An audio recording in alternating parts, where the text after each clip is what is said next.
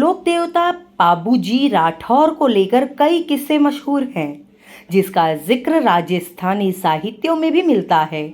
कहा जाता है कि पाबूजी वचन के पक्के थे, जिन्होंने गौ रक्षार्थ अपने प्राणों की आहुति दे दी।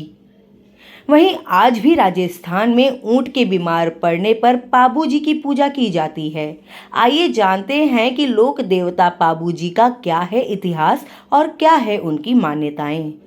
लोक देवता के रूप में पूजे जाने वाले पाबूजी राठौर राजस्थान के एक ऐसे लोक देवता हैं जिन्होंने गौ रक्षार्थ अपने प्राणों की आहुति दे दी थी, वो भी उस दिन जिस दिन उनकी शादी होनी थी।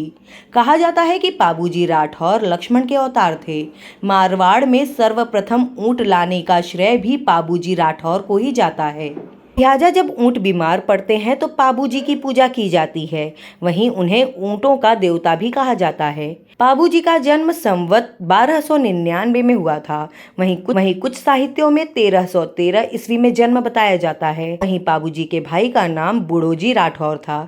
उनकी बहन भी थी जिसका विवाह जिंदराव खिंजी से हुआ था। जिंदराव खिंजी से युद्ध में पाबूजी वीरगति को प्राप्त हुए थे। कहा जाता है कि पाबूजी मारवाड़ में ऊंट लाने के लिए सिंध गए थे। वहां के लंकेऊ गांव में जागीरदार के पास से वो ऊंट लेकर आए थे।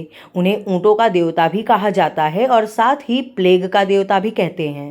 राजस्थान के लोक जीवन में ऊंटों के देवता के रूप में भी इनकी पूजा होती है। माना जाता है कि इनको मनाने पर ऊंटों की रुग्णता दूर होती है। उनके स्वस्थ होने पर भोपे भोपियों पाबूजी की फड़ गाते हैं। लोक देवता के रूप में पाबूजी का मुख्य स्थान कोलू फलौदी में है, जहां हर साल उनकी स्मृति के मेले लगते हैं। उनका प्रतीक चिन्ह हाथ में भाला लिए अश्वारोही पाबूजी के रूप में प्रचलित है। भील जाति के लोग उन्हें अपना इष्ट देवता मानते हैं। भील जाति जिसे फड़वाले भील भी कहते हैं। वे एक कपड़े में पाबूजी के सामाजिक योगदान को चित्र के जरिए दर्शाते हैं, जिसके बाद उस कपड़े को प्रदर्शित कर रात भर उनका गुणगान किया जाता है। वहीं चित्रमय कपड़े को पाबूजी की फड़ कहा जाता है।